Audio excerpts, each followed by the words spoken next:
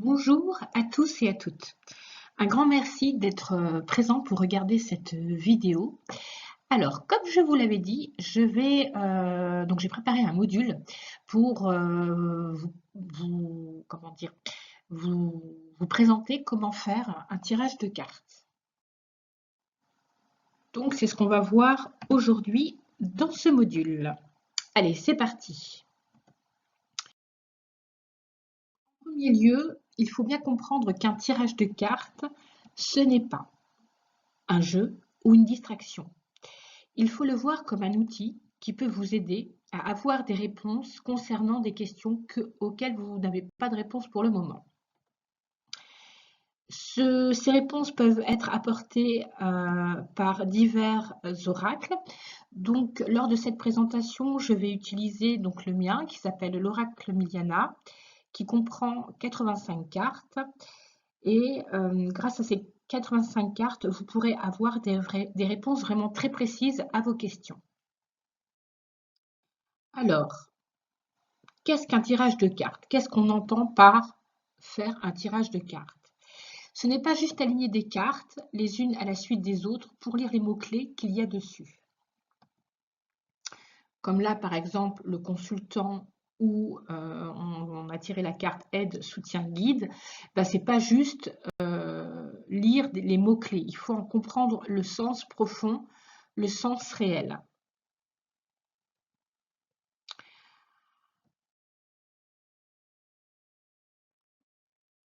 Pour ce faire, il faut comprendre que lorsqu'on fait un tirage de cartes, on a différents points de vue de vision par rapport à la question que l'on se pose.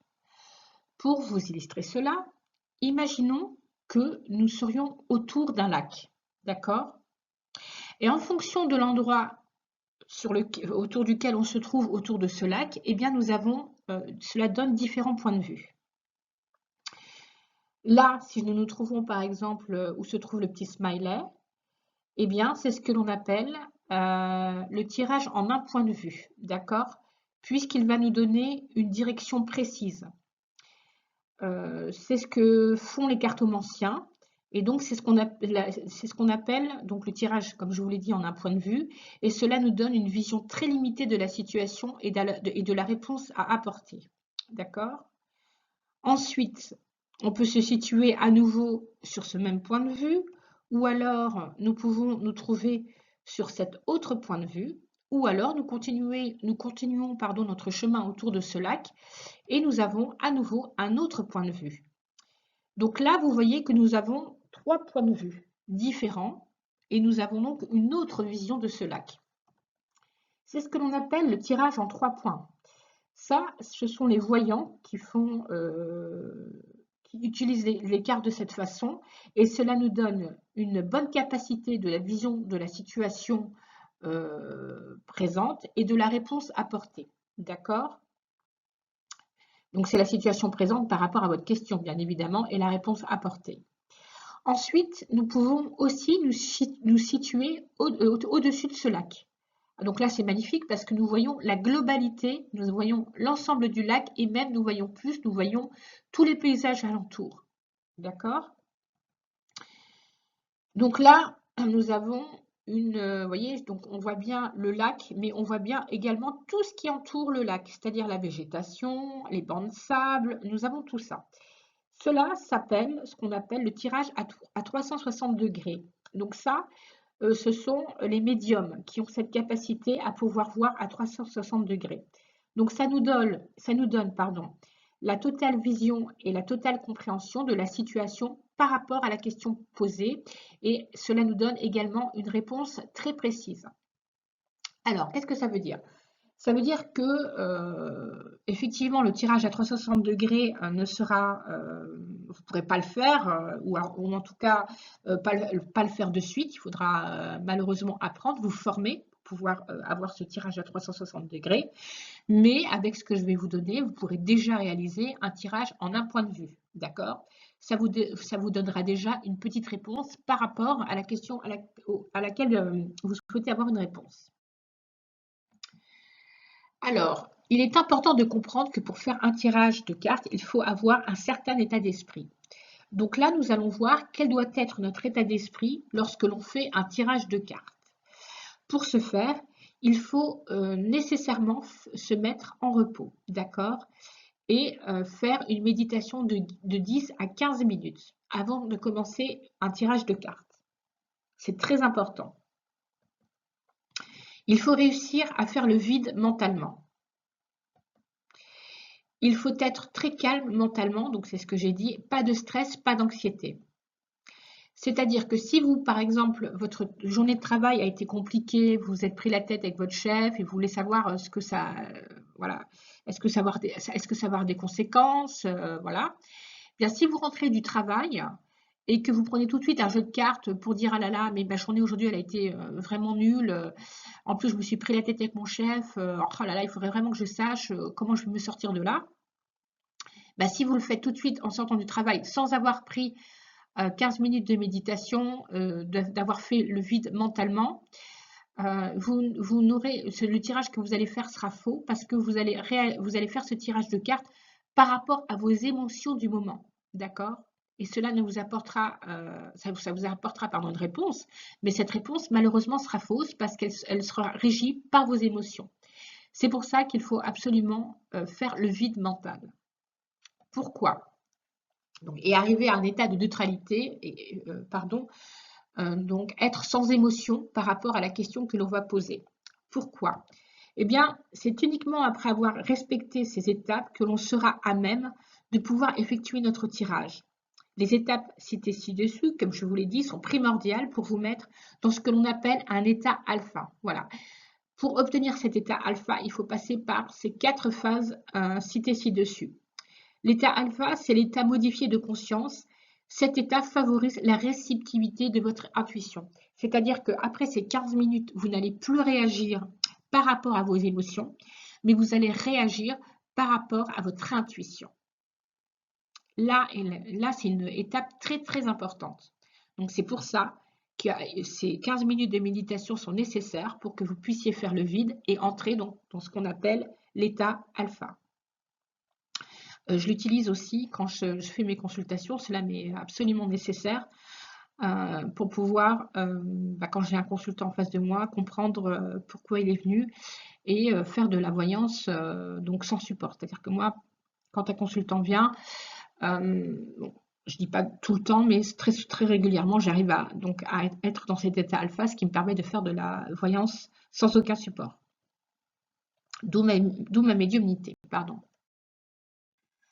Alors, ensuite, donc, comment interpréter la réponse que l'on reçoit? Donc, pour cela, donc, il faut bien sûr donc, être calme, tirer les cartes et voir ce que les cartes nous disent. Donc, l'oracle que l'on choisit et utilise est très, très important.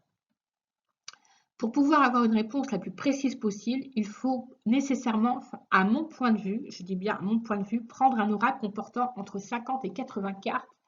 Pourquoi? Parce que cela donne énormément de précision par rapport à la question que vous allez vous poser.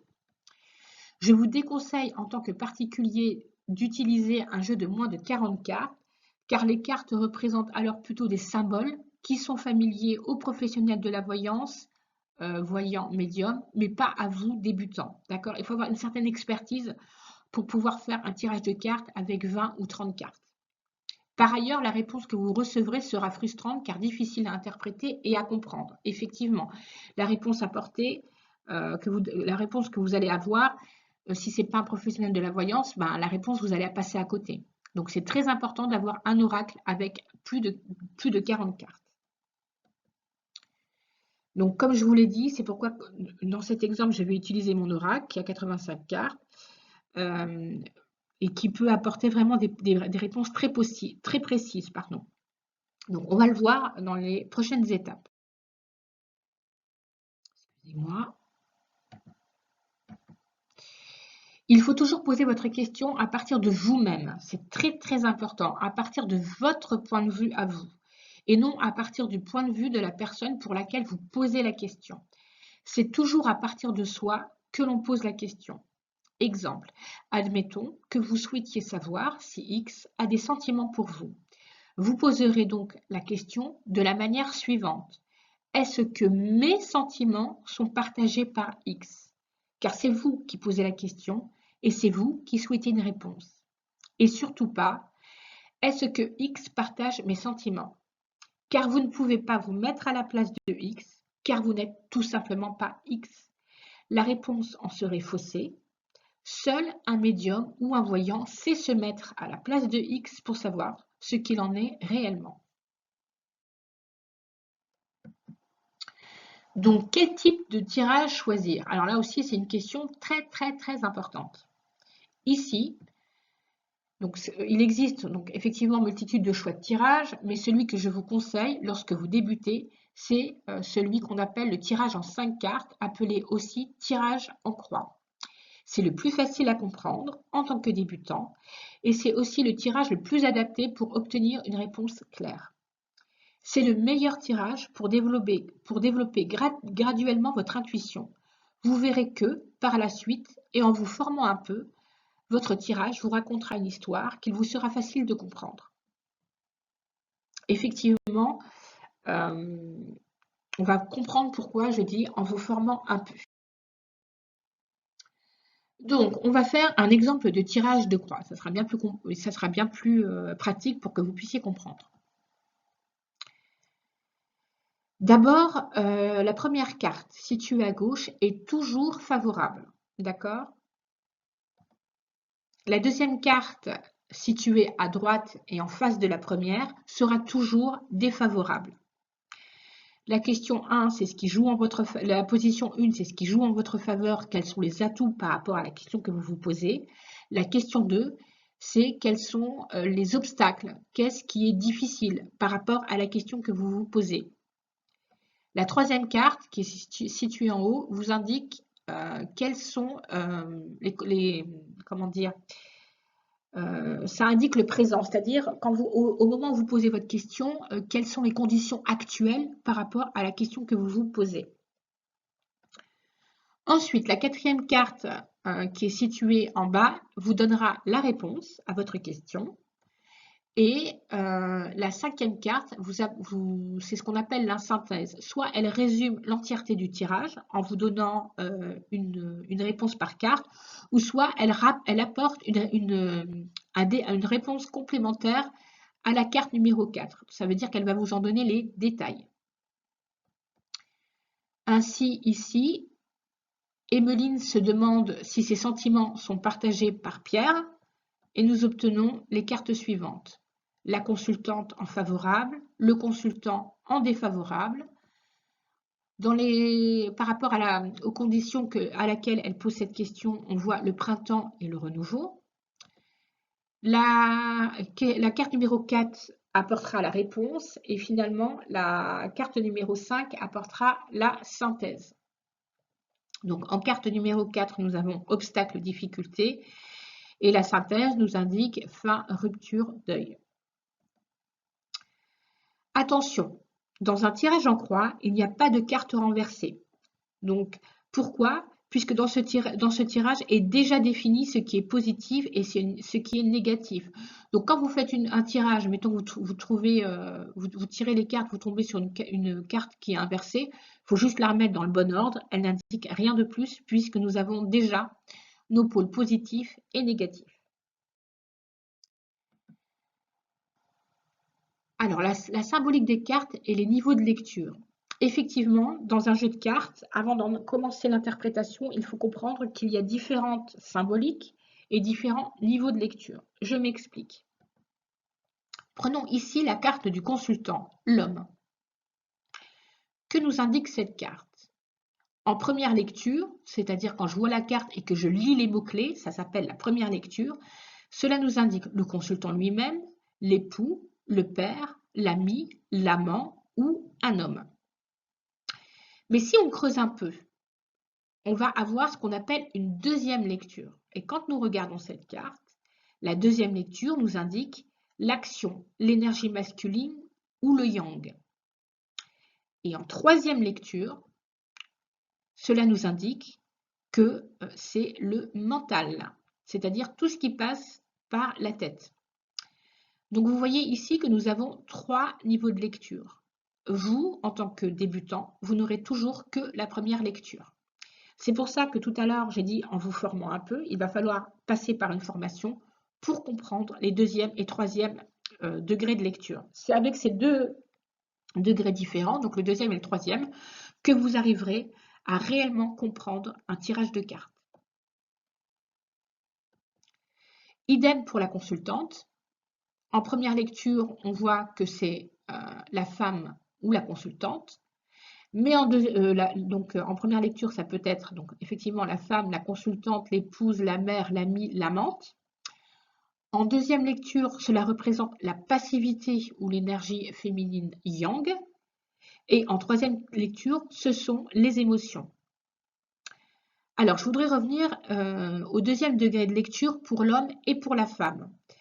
Donc, on voit que cela représente l'action ou l'énergie masculine. Ça veut dire que quand on tire cette carte en position favorable, l'homme est actif de sa vie, il prend des décisions, il initie les choses. Si cette carte sortait en position numéro 2, malheureusement, ici, l'homme ne serait pas dans l'action, mais plutôt justement dans la passivité. Donc, on va inverser les pôles. On passe de l'action à la passivité selon la position de cette carte dans le tirage, qu'elle soit en 1 ou en 2. Idem pour la femme. Ici, elle représente la passivité ou l'énergie féminine. Donc, c'est quelqu'un qui est beaucoup dans l'intériorité, qui est beaucoup à l'écoute de ses émotions. D'accord? Si cette carte numéro 2 sortait en position numéro 1, on verrait alors que la consultante ou la femme concernée par la question est active. D'accord? C'est elle qui veut, c'est elle qui démarre, c'est elle qui initie. Par contre, si elle se trouvait en position 2, eh bien là, effectivement, la deuxième lecture serait correcte puisqu'elle serait dans la passivité, elle ne ferait rien, elle serait à l'écoute de ses émotions.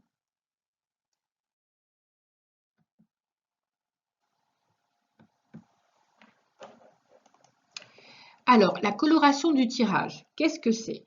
Qu'appelle-t-on coloration d'un tirage? Ça aussi, c'est une notion très importante à avoir. Alors, la coloration est apportée par ce que l'on nomme les cartes positives, négatives et neutres. Effectivement, dans un tirage de cartes, il y aura toujours ces trois colorations, positives, négatives ou neutres. Donc là aussi, les formations peuvent vous apporter à apprendre ce qu'est une carte positive, négative ou neutre. Chaque carte, donc c'est ce que j'ai dit, chaque carte porte en elle une de ces trois valeurs, peu importe leur place dans un tirage, effectivement. Chaque carte portant l'une de ces trois valeurs et combinée à d'autres cartes apporte une coloration au tirage. C'est ce qui apporte une réponse plus ou moins nuancée à votre réponse. Il y a une faute, là j'ai marqué à votre tirage. Oui, c'est pas une faute, mais plutôt à votre réponse. Cette notion est très importante, c'est ce qui fait la compréhension profonde de ce qu'est réellement un tirage de cartes. Donc moi, si vous souhaitez, je vais vous proposer des formations à 3 niveaux, débutant, intermédiaire, expert, pour vous apprendre à combiner les cartes ensemble, afin qu'elles vous apportent la réponse la plus précise possible. Alors ici, je vous donne quelques notions, mais mes formations, elles, par contre, seront payantes, parce qu'il va y avoir, comment dire, différentes, ce qu'on appelle les combinaisons de cartes, donc ça on en parlera un petit peu plus tard, et c'est ces combinaisons apportées à la coloration des cartes qui va vous donner une réponse très très précise. Et c'est pour ça qu'ensuite, en suivant mes formations de débutant, vous pourrez être expert. Alors ici, on va par exemple interpréter un tirage et on va y ajouter une carte complémentaire à la synthèse. Vous allez très vite comprendre ce que ça veut dire. Donc là, je vous initie déjà à un tirage de cartes, de 5 cartes, mais en plus, je vous montre qu'il est possible de faire des compléments par rapport à la synthèse. On va reprendre l'exemple de tout à l'heure avec Emmeline qui souhaite savoir si ses sentiments sont partagés par Pierre. Et nous tirons en position favorable la consultante, en position défavorable l'homme. La situation présente, c'est nous tirons la carte 9, donc printemps, renouveau. La réponse, nous tirons la carte 5, l'obstacle, les difficultés. Et en synthèse, nous tirons donc la fin, le rupture, le deuil. Alors, avant de commencer toute interprétation, nous voyons ici que la consultante est en position 1. Donc, effectivement, là, elle initie l'action. Donc, on voit qu'elle a des sentiments pour Pierre, puisqu'elle est dans la position favorable. Ses sentiments sont clairs, elle veut réellement avoir une histoire sentimentale avec Pierre. Malheureusement, nous voyons le 2, le consultant, en carte 2, défavorable. Donc, comme je vous l'ai expliqué tout à l'heure, normalement, le consultant, c'est l'action, c'est lui qui initie. Mais là, comme il sera en position défavorable, pardon, nous voyons que par rapport à Emeline, Pierre n'est pas dans l'action. Donc, en fait, déjà, là, nous avons une réponse. Pierre n'a pas de sentiment pour Emeline. Nous voyons en haut la carte 9, donc le printemps, le renouveau. Effectivement, qu'est-ce que cela nous indique? Que Emeline, elle a eu un coup de cœur pour Pierre. D'accord? C'est elle uniquement qui a eu ce coup de cœur, puisque nous voyons que Pierre est dans la position négative. Nous voyons en réponse qu'il y a des obstacles. Bah, effectivement, les obstacles, c'est que Pierre n'a pas de sentiment, puisqu'il sort en position négative. Et que finalement, l'histoire tant rêvée par Emeline n'aura pas lieu puisque Pierre ne partage pas ses sentiments. Donc vous voyez, finalement, comme je vous l'ai dit, quand on fait une question par rapport à soi, quels sont mes sentiments, est-ce que mes sentiments sont partagés par Pierre? Je vais y arriver. Bien, nous avons déjà la réponse puisque Pierre sort en position opposée, donc négative. Là, je vais vous apprendre à tirer une carte complémentaire. Pourquoi? Parce que je me dis, bon, il y a peut-être quelque chose, il y a peut-être, comme nous avons tiré la carte 5 en bas, il y a peut-être des difficultés à ce que cette histoire d'amour démarre. Mais il se peut qu'elle puisse démarrer. Donc, pour en être bien sûr, je vais quand même demander une 5e carte que l'on pose en général sur la carte de la synthèse. Donc, sur la carte numéro 8 ici. Et nous allons malheureusement tirer la carte du chagrin et de la déception. Donc là, vraiment, le tirage nous confirmera que non, il n'y aura jamais une relation entre Emeline et Pierre, puisque Pierre ne partage pas les sentiments d'Emeline. D'accord? Faisons un autre tirage, cette fois-ci un peu plus positif. Nous tirons en carte 1 le consultant. Donc Emeline, c'est toujours la même question. Est-ce que Pierre partage mes sentiments? Donc en carte 1, nous tirons le consultant. En carte 2, nous tirons, donc en position défavorable, nous tirons la fragilité. Dans le présent, dans la situation actuelle par rapport à la question posée, nous voyons qu'il y a une naissance, un départ, un commencement avec le petit poussin là, qui sort de l'œuf. La réponse, ben, on voit que c'est la carte de l'amitié et la synthèse, la consultante. Alors, nous voyons que, donc on va faire l'interprétation de ce tirage. Nous voyons donc que là, Emeline demande est-ce que mes sentiments sont partagés par Pierre? Et tout de suite, nous avons la carte du consultant, donc en position favorable. Donc qu'est-ce que ça veut dire? Ben, ça veut dire que Pierre a également des sentiments pour Emeline. D'accord? Mais par contre, en position 2, donc en position défavorable, nous tirons la carte de la fragilité. Alors, la carte de la fragilité, ici, ça n'indique pas que c'est quelque chose de défavorable ou qui pose des problèmes, mais ça veut dire que la relation naissante entre le consultant, entre Pierre et Emeline, est juste fragile, puisqu'elle vient de débuter. Nous avons donc en position 3 un commencement, donc on voit qu'effectivement, entre les deux protagonistes, Emeline et Pierre, il y a une histoire qui démarre, et la réponse nous dit que ça démarrera, mais par de l'amitié. D'accord? Donc, Pierre aura d'abord de l'amitié pour la consultante qui est Emeline. Cela nous indique aussi que, enfin, il faut le comprendre, comme le consultant sera en position favorable, c'est lui qui va initier, comment dire, une période d'amitié pour se rapprocher d'Emeline. D'accord? Donc là, également, il va nous falloir une carte complémentaire, parce que là, bah, on voit qu'il y a de l'amitié, mais enfin, nous, notre question, c'est quand même, est-ce que les sentiments d'Emeline sont partagés par Pierre? Nous n'avons pas notre réponse. Et là, en carte numéro 5, nous tirons l'amour, la passion.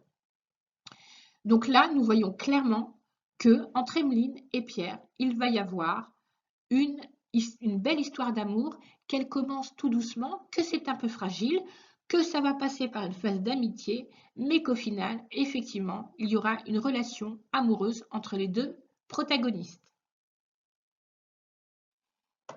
Je voudrais également revenir sur un point très important qui est la réponse à votre question.